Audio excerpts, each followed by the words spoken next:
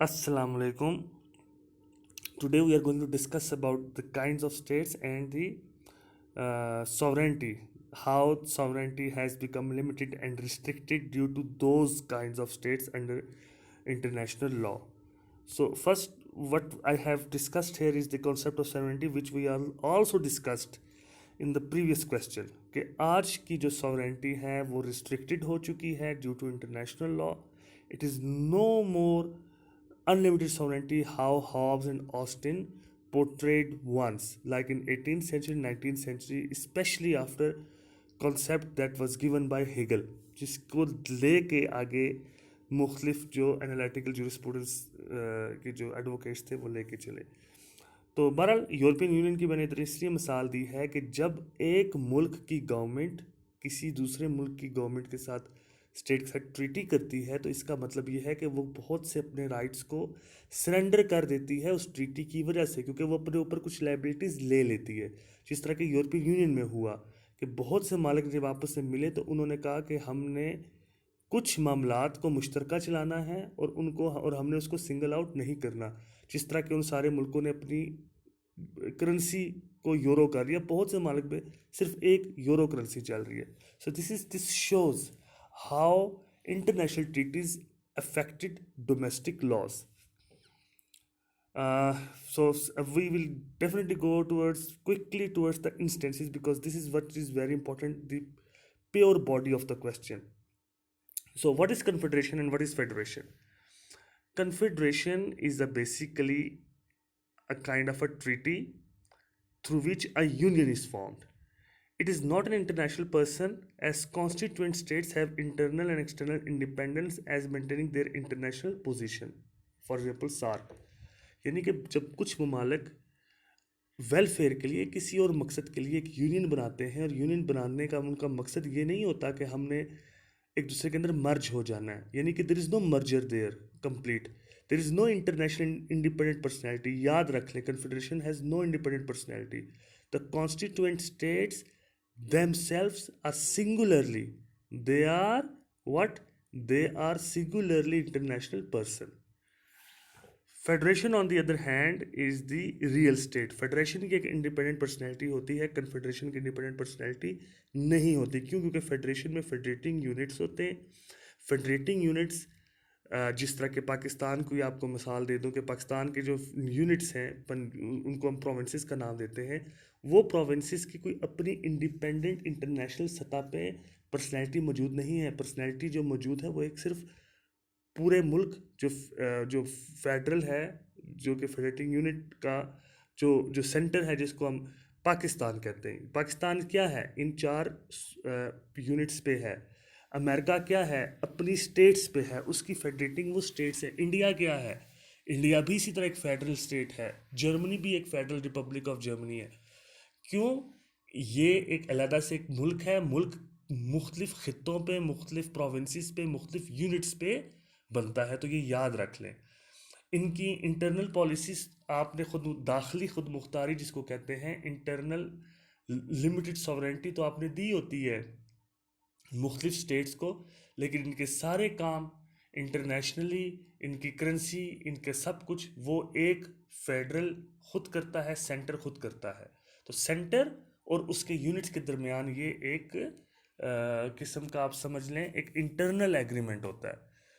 और overall international law में जो इंडिपेंडेंट पर्सनैलिटी होती है वो इस फेडरेशन की एज अ होल होती है, इसके फेडरेटिंग यूनिट्स की नहीं होती है. याद रख लें आप. But there is an exception which I have quoted here, that is pre-1914 federal Germany. Federal Germany जो 1914 से पहले था, उसकी स्टेट्स जो थी वो खुद से ट्रीटीज कर सकती थी और एनवॉइस को, डिप्लोमेट्स को अपने पास रिसीव भी करती थी और अपॉइंट भी करती थी. लेकिन ये याद रख लें कि this is no more a case. When you talk about federation, you talk about an international person, unlike confederation, because in confederation there is no international personality. ठीक है. फेडरेशन में जो फेडरेटिंग यूनिट्स होते हैं उनकी अपनी इंडिपेंडेंट पर्सनैलिटी नहीं होती, सिर्फ और सिर्फ एक मेन सेंटर की पर्सनैलिटी होती है. Next is the vessel state and protectorate state. Is very important. Vessel state is a state which is under the complete control of any other of another state.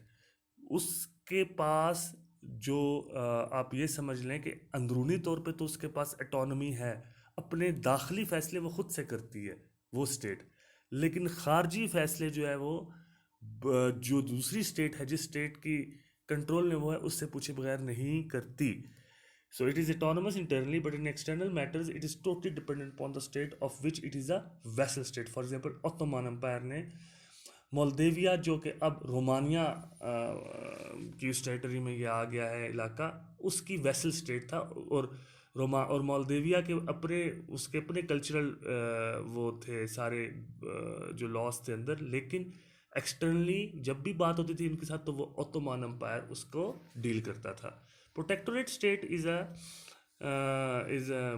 an entity when a state through a treaty comes under protection of another state. Simple ये है कि एक state दूसरी state के साथ एक agreement करती है और उस एग्रीमेंट के तहत खुद से कहती है कि आप जो है वो मेरे फ़लाँ मामलात को देखें. मोस्टली ये इंटरनेशनल बिजनेस जो भी उनके डिप्लोमेटिक या इंटरनेशनल पॉलिसीज़ वगैरह होती है, जिसमें भूटान की मैंने इसमें एग्जांपल दी हुई है कि भूटान ने 1949 में एक ट्रीटी की थी इंडिया के साथ, और इंडिया उनके फॉरेन रिलेशंस को देखता रहा है और देखता है. अब प्रोटेक्टोरेट जो स्टेट्स हैं ये अब ये एग्रीमेंट कैसे होता है, ट्रीटी कैसी होती है, उस ट्रीटी की टर्म्स एंड कंडीशंस क्या हैं, ये उस पर डिपेंड करता है कि आपने क्या चीज़ उस दूसरे मुल्क के हवाले की है, वो क्या चीज़ आपकी देखे, आपकी के डिफेंस को देखे, आपके एक्सटर्नल मैटर्स और दूसरे फॉरेन पॉलिसी को देखे, या फॉरेन रिलेशंस मेकिंग को देखे, किसको देखे. बहरहाल प्रोटेक्टोरेट स्टेट की एक अपनी इंडिपेंडेंट पर्सनैलिटी होती है, जबकि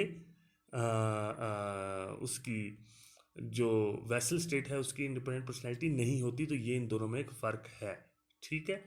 अब प्रोटेक्टोरेट स्टेट में ये एक बड़ा इंपॉर्टेंट पॉइंट है, it depends upon terms of treaty and the condition under which such treaty was concluded. ये भी तो हो सकता है ना कि अगर एक मुल्क बहुत बड़ा मुल्क है और उसने उसको अपने ज़ेरे असर लेके कहा हो कि तुम ऐसा ट्रीटी करो और मैं तुम्हारे ये मामलात देखूंगा, यानी कि उसको मजबूर कर दिया हो, तो ये दोनों चीज़ें देखी जाएंगी कि फिर क्या वो वाकई प्रोटेक्टोरेट स्टेट की उसमें आता है डेफिनेशन में या नहीं आता. Condominium is a singular of the word condominia is plural.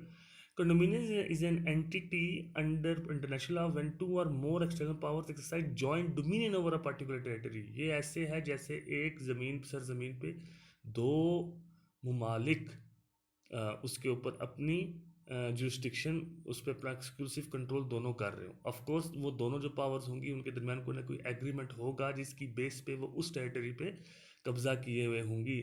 New Hebrides was governed by both UK and France which lasted for 74 years and now it has become another country. इसने आज़ादी हासिल करके वनूता के नाम से ये एक आज़ाद हुआ है.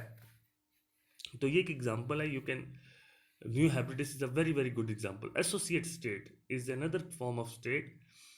It is the smaller. It comes basically when a smaller state willfully, इसमें कोई उसके ऊपर वो नहीं होता. आप ये समझ लें कि उसके ऊपर कोई प्रेशर नहीं होता normally.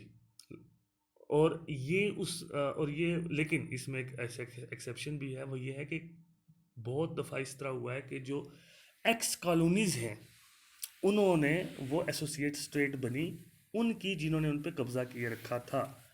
So when a smaller state willfully enters into a treaty with a larger state but maintaining its autonomy is said to be an associate state. For example, Puerto Rico with USA, its relationship is dependent upon terms of treaty, hence making it a bit similar with protectorate state.